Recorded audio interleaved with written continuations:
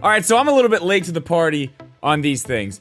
If you've clicked on this video, you already know what it's about, the Hori Split Pad Compact. Now this is gonna be the junior version of these. This is the original Hori Split Pad, and this is actually the original Hori Split Pad. This is the first one. This has the Daemon X Machina X button. These were the very first ones. I got these, did a review on these very, very early in this channel, and I didn't really like these.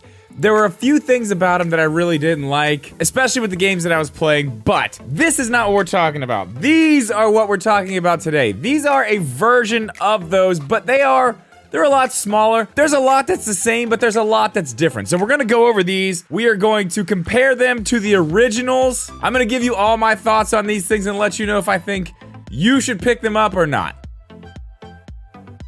Really quickly, guys, no sponsor in today's video, but I do want you to check the links down in the description. I did just put up some new merch. There's a Drip Media Christmas sweater design that you guys should definitely check out if you're into the holiday season like me, which starts on November 1st. You want to check this out. You can get it early. You can rock it the whole holiday season, all the way to when's the end of the holiday season?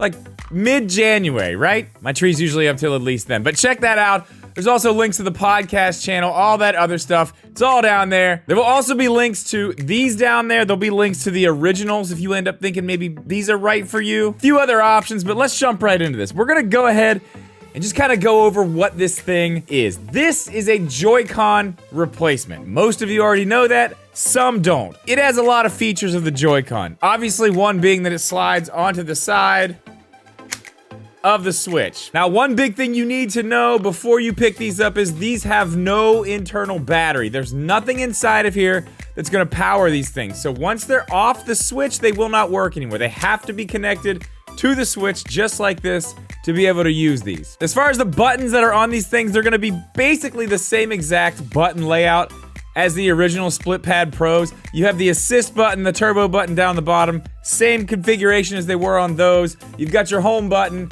all the face buttons, everything you'd have on Joy-Cons. You've got it all here. The assign button, not assist, the assign button is what you're gonna click to assign any of the buttons up front here to the button they have on the back. I will show you the buttons that they have on the back of these.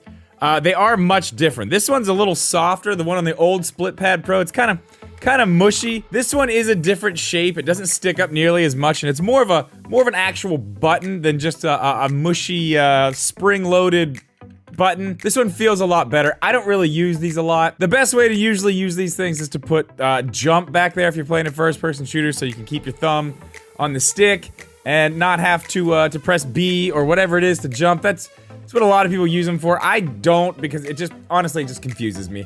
I forget it's there, then I try to use it, then I'm dead, so I don't really use them that much, but they are there. Very easy to do. You just hold the button, then find the button you want, press the button on the back. It's that simple. It's very, very easy to do. One thing you do need to know, though, you cannot assign any buttons on this side to the back button on this side. It has to be on this side. So that is a deal breaker for some. I remember some of the comments when I did a review on these. Same way with these. Same way with this. So if that's something that you need, you're not gonna be able to do that with these because they don't have, like I said, they don't have a battery. Another thing that these don't have that you need to know about, and it's not a huge thing, but they don't have rumble. There's no type of rumble. Obviously, there's no battery. There's nothing to power a rumble motor, so no rumble in there. But I do want to talk about these buttons. Now, the D-pad, to me, the D-pad is very, very similar to what's on the Split Pad Pro, on the original. It is a little bit different. I kind of like this one a little bit better. I wasn't a huge fan of the D-pad on the Split Pad Pro. Obviously, the D-pad on the Split Pad Pro is not really what you're buying it for. It's not the main feature, but I didn't really like the D-pad on that. It's got the same shape D-pad. The thing is, it's just whatever's underneath of it, it's just a little bit softer. I think it feels a little bit better, so I think that's a little bit of an upgrade. I will say the sticks on this, the sticks are a massive upgrade. I know on one of these, I had a little bit of a crunching issue on one of them. Kind of when you did a circular motion. These are very smooth sticks. I don't know what they've changed inside. I mean, you can definitely tell they're not the same at all. The shape of them is different. The height is different. The caps on the top are completely different. These ones I have here are actually two-tone. They kind of go with what's on the back, and I'm gonna call this is definitely a butter yellow. Definitely a butter yellow. And with the white, it gives you, it definitely gives you the feeling of egg for some reason. I don't know. This just screams egg to me. But sticks are really nice. Obviously, you've got your home button, your capture button, plus, minus. All those are whatever. Doesn't really matter. But the face buttons, the A, B, and X, Y buttons, I actually like these ones a lot more than I did the original Split Pad Pro. I thought they're big buttons, but they just didn't feel all that great. These ones, I actually like the way they feel. If you like the way that the Switch Lite feels compared to the Switch, they're more along that line. Not exactly like that, but they're a little bit more mushy. They're not like the Joy-Con buttons. They're not clicky like the Joy-Con buttons. They're a little bit mushy. I actually kind of enjoy these buttons. I don't think they're terrible. I don't think they're the best ever, but I don't think they're bad. Now, obviously, we've seen with the Split Pad Pro, the original, they've come out with, I don't know, 100 different colors at this point. They've got Pokemon ones. They've got Sonic the Hedgehog ones. They've got everything. They've got so many different colors. They're still putting out new colors, so I imagine that's what they're gonna do with these as well. I know they have just put out a few new Pokemon designs. There's a red version that are like this. They're all red. There's these white ones with the yellow. These were just the ones at Target. Just happened to find them there. That's why I picked these ones up. I did see the red ones at Walmart yesterday. I think those ones look a lot better. But there's another thing about these that I really like that they did that I had a big problem with the original Split Pad Pro. So obviously you can see the difference in size right here. Here's the original. Here's the compact. You can definitely see there's a massive size difference. This one does have a lot more to hold on to. I will say that. If you're looking for a more of a controller style, you're probably gonna wanna go with the regular ones if you're trying to decide between the compacts or the originals. This does feel more like a controller. These have a lot to hold on to, but not nearly as much as these. But the thing that bothered me about these the most, which was honestly for me, probably not a big deal to a lot of people, but for me it was a deal breaker.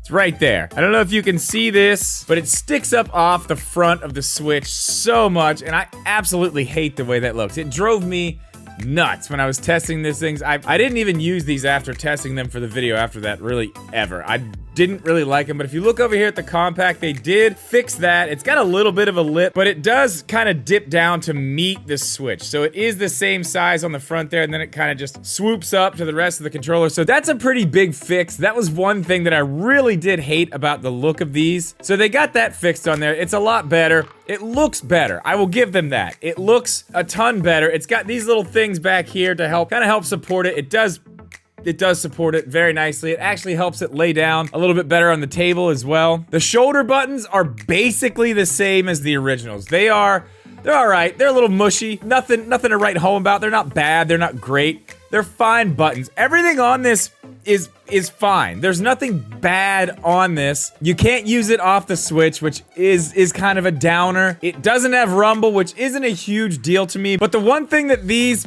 don't have, and this is what I was talking about earlier, it was kind of the deal breaker for me. This also does not have it, and it's gyro, so you don't have any type of motion control aiming. If you're playing Breath of the Wild, all of the aiming in Breath of the Wild basically is motion controlled. So you're not gonna be able to play that game with these or with these. Splatoon, I mean, yeah, you can turn it off, but if you're trying to play Splatoon handheld, which I honestly don't recommend, that's kind of hard to do.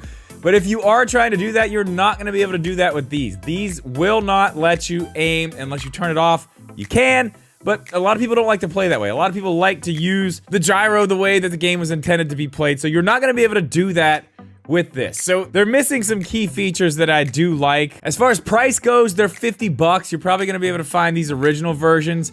I would say close to the holidays, which we are very close to the holidays. Black Friday, you're probably going to be able to get these a little bit cheaper, I imagine, since they're coming out with the newer designs. As I said, the Pokemon ones are coming. But the very last thing I do want to talk about with this thing is how it feels. That's kind of the most important thing, because when you get something like this, obviously, you're not happy with the Joy-Cons. And I can totally understand that. The Joy-Cons are really not that comfortable to hold. They're too small. That's why I use a grip. I use the Neo grip. That's enough for me. Even with the little small grips on the Neo grip, that's enough for me. The way it's shaped, I like the way it feels. It's got a place for your finger to just kind of sit there. For me, that's really the way that I like to play my Switch in handheld mode. These are all right. I don't know if I'm a huge fan of the shape. It does give you a little bit more to hang on to, but I've been playing... I tried Fortnite with this. I've been playing Bayonetta 3 with this. I've tried a few other games. You do get a little bit crampy still when it comes to just, I don't know, these two fingers, they don't really have a great place to grab onto. I just wish there was a little bit more back there, or something more pronounced. That's kind of why I like these. It's got a place, I mean, you can really grab a hold of that. You know where your fingers go. This doesn't have enough of a fine edge where you can really get a hold of it. So I think these are pretty good. I will say this, I like these a lot better than I like the originals. I don't like the originals. I think they're way too big. For as big as they are, they feel kind of light. You know, they don't have rumble or anything in them, so they kind of feel cheap. These are about the same weight, but they're smaller. They basically have the same things inside, but being smaller, it doesn't feel as light when you hold it. You know what I mean? It kind of fits the size of it a little bit more, so I don't feel like they feel as cheap, and they aren't cheap. At 50 bucks, they're not cheap. This is a tough one for me. I really think these are for some people. If you're looking at the originals versus the compacts, I'm pretty sure they're the same price. Actually, yes, they are the same price. If you're not happy with the Joy-Cons, I think probably if you want something like this, and it's gotta be from Hori, your best bet's gonna be the bigger ones. There are other options out there. I'm actually gonna have another video on a new option, well, a new version of an old option coming soon. So if you're not subscribed, make sure you get subscribed to catch that one. But if you're going for something like that, you want something different from the Joy-Cons, I would probably go with the originals. I'm really not looking for something like that. So for me, if I'm picking one or the other, I'm probably gonna go with the compact. I've been enjoying it. It's not the most comfortable thing in the world, I'll admit. I'd rather have the Neo grip, which I'll also have linked down below if you want to check that out. But these, for me, I like them better than the original. But let me know what you guys think about these things down in the comments. Do you like the compact, or are you gonna be sticking with your original? Do you have either one of these? Are you using a grip? I'm gonna have links to all this stuff down below where you can check it out on Amazon. They're affiliate links. Use them. Helps the channel. That's gonna do it for this one, guys. As always, thank you so much for watching this video. Please leave a like. Make sure you are subscribed. See you in the next one.